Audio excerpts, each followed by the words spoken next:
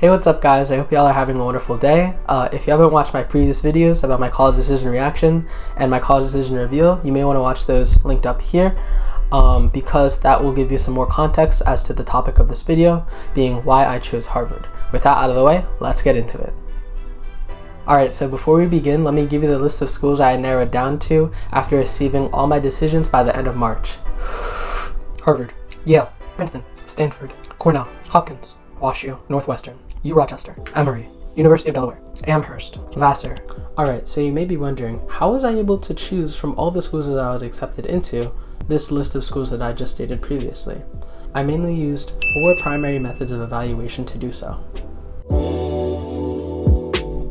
Level of financial aid given was my primary method of evaluation, and I was very lucky to have a lot of schools give me very good financial aid offers. The best being the University of Delaware, which gave me a full merit scholarship, meaning I wouldn't have to pay a dime, and I would actually be reimbursed for research I did at the University of Delaware.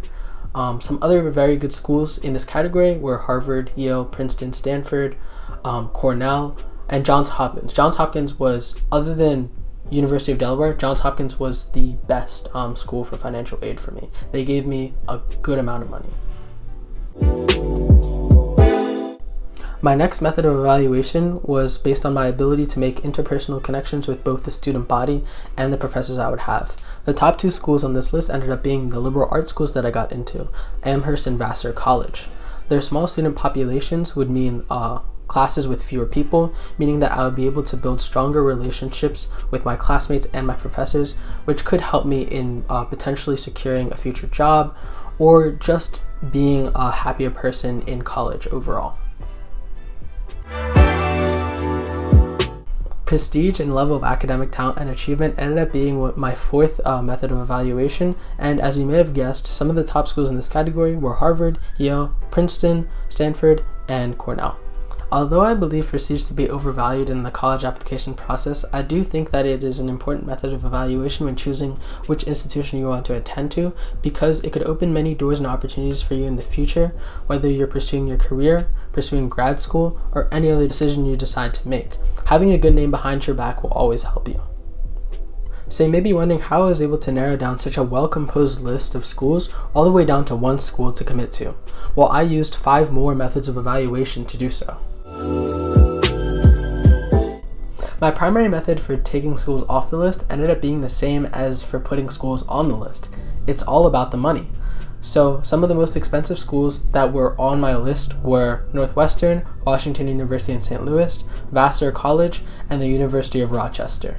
These schools costed a lot of money, and compared to the other schools on my list, they were very expensive.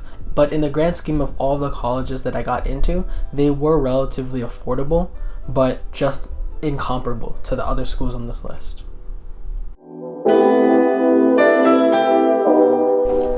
So my second method of evaluation for eliminating colleges from the list was the quality of opportunities and resources I would be able to make use of at these institutions. The first university to be removed from the list through this method of evaluation would be the University of Delaware. I believe that although the University of Delaware is a great institution in its own right, I had the wonderful honor of being able to stay there for a couple of nights for a scholarship program, which is why I got the full ride. But I digress. It was a very good experience. I was able to see, especially for the honors college and for the distinguished scholars, they do provide a high quality of level of academic rigor, but most of the universities other than the University of Delaware on this list far surpass the University of Delaware in their academic qualities and resources. The second school to be eliminated from this list from this method of evaluation is Amherst College. Although it is a great institution in its own right and it rivals almost all of the other institutions on this list, it being a small liberal arts college, I believe, does limit it in opportunities for research, especially compared to the other schools on this list. It's nothing that Amherst is relatively bad at, it's just a lot of things that a lot of other schools on this list are really good at. So yeah, those are the 2 schools eliminated via quality of resources and opportunities. So my third method of evaluation for taking schools off the list ended up being how the student body felt about the institution. So the 2 schools that I eliminated were Johns Hopkins and Cornell. I don't want to really get too deep into it because I believe that I would be able to make the best of every college that I choose to go to. But I did hear from the student body of these two schools that the atmosphere and competitiveness, especially for Johns Hopkins pre-med, can be very discouraging at times, and I believe that I would succeed far better in a place where there's more of a collaborative atmosphere rather than a competitive, hyper-competitive atmosphere. Of course, healthy competition is always good, but it can get too much, which I believe is the problem at Johns Hopkins. And so for Cornell, I also heard that it can be not so happy, especially during the winter and being so isolated, and I hear their final season is very challenging as well. But yeah, so that's kind of what I've gotten from the student bodies of each school and how they felt about their institution. So my fourth method of evaluation for elimination of schools off the list ended up being the quality of the school visits. So I ended up visiting only 4 schools out of the schools I was accepted to. That would have been Harvard, Princeton, Stanford, and Yale. The school that I'm going to eliminate from this category is Princeton. I love the campus. I thought it was really beautiful. I thought the people were so nice, but it just didn't really have that sort of vibe that I clicked with the campus. I had a really good experience. Maybe it's because it was so short. It was only a day, but it just didn't feel right for me to be on campus, and I just didn't feel like I could be there for all 4 years of my undergraduate experience. So this is more of a personal belief rather than anything in concrete fact or by any sort of science, I guess. But yeah, the Princeton campus, although beautiful, although as nice as it was, I just didn't feel right on campus. Yeah. My fifth method of evaluation ended up being location of all things. So I guess you could probably guess which school I'm going to eliminate, but Stanford, although I really loved the visit and I really loved the people that I met there and just everything about California, I just think it's too far of a jump from home, especially being the first time that I'm going to be living away from home. I just think that's California from East Coast is way too far. But other than that, I really did love Stanford as an institution, but I think logically it just wouldn't be a good choice for me. I would want to feel I would feel way comfortable being somewhere that's relatively close to home, an hour flight away, rather than being completely isolated on the other side of the country, I guess. Yeah. Alright, so you may be wondering, what is the fifth method of evaluation? If you've been counting along, I believe I have 2 schools left. That is Harvard and Yale. It's going to be pretty challenging to explain why I chose Harvard over Yale, because I really loved both campuses and both experiences at each campus. I went to Visitas and Bulldog Saturday, but I really think that this is the most non-science, non-logical decision that I made, because I do believe that I made the right decision in the end, but it was kind of just what opportunities which each institution afford me, and I realized they would both essentially afford me the same opportunities. They're very prestigious institutions. They have well-accredited staff, incredibly accredited staff. So many cool people attend each institution.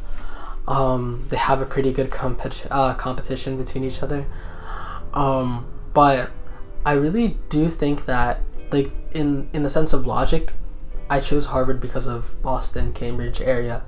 For me, for neuroscience, I believe that being in Boston with so many medical centers and so many opportunities for volunteering, medical volunteering, research as well in that area, I do think that I would thrive way better there. Not saying that I wouldn't be able to pursue research at Yale. Yale is one of the best research institutions in the United States, but I believe the community surrounding Harvard, especially for me and what I'm interested in, what I want to do, I think that I made the best choice in that decision. And I also I think it may be because I went to Visitas, so I was able to spend the night at the campus, but seeing the campus at night and being around so many people, so many of my future classmates just there and just having fun, vibing out, I just felt I felt kind of at home at Harvard. And I mean, maybe if I had that experience with Yale, I would choose Yale, but again, this kind of goes to show how like logical and also like emotional the process of choosing a college is. I think that every single day I wake up knowing that I made the right choice. There definitely have not been times where I'm like, wow, these Yale people seem so much more fun. But no, I'm very confident in my decision. I really do love Harvard, and I really do love the Boston area, and I really am excited for all the opportunities for not only education but also like just the experiences. All like I know I'm gonna have so many like interesting experiences. I'm just excited to have those, even if I don't know what they are yet. I'm just excited, you know. So yeah, that's kind of why I chose Harvard. Yeah, thanks for watching all the way to the end of the video. I really appreciate you all. Thank you all so much for the support on the channel the past couple of days. I've seen the views and the comments skyrocket, but I just hope we can keep on riding this path of growth. And yeah, that's kind of it. Have a great day. Oh, end cards. So if you want to watch my college decision reaction video, it's gonna be right here. If you want to watch my stats and ECs video, it's gonna be right here. If you want to know if you want to know the best personal statement advice that I can give, it's gonna be right here. And if you want to subscribe to the channel, it's gonna be right here. All right. Again, love you all. Thank you all so much for the support. Comment down below what type of video you want to see in my next one. Again, rambling, but love you all. Have a good day. See ya.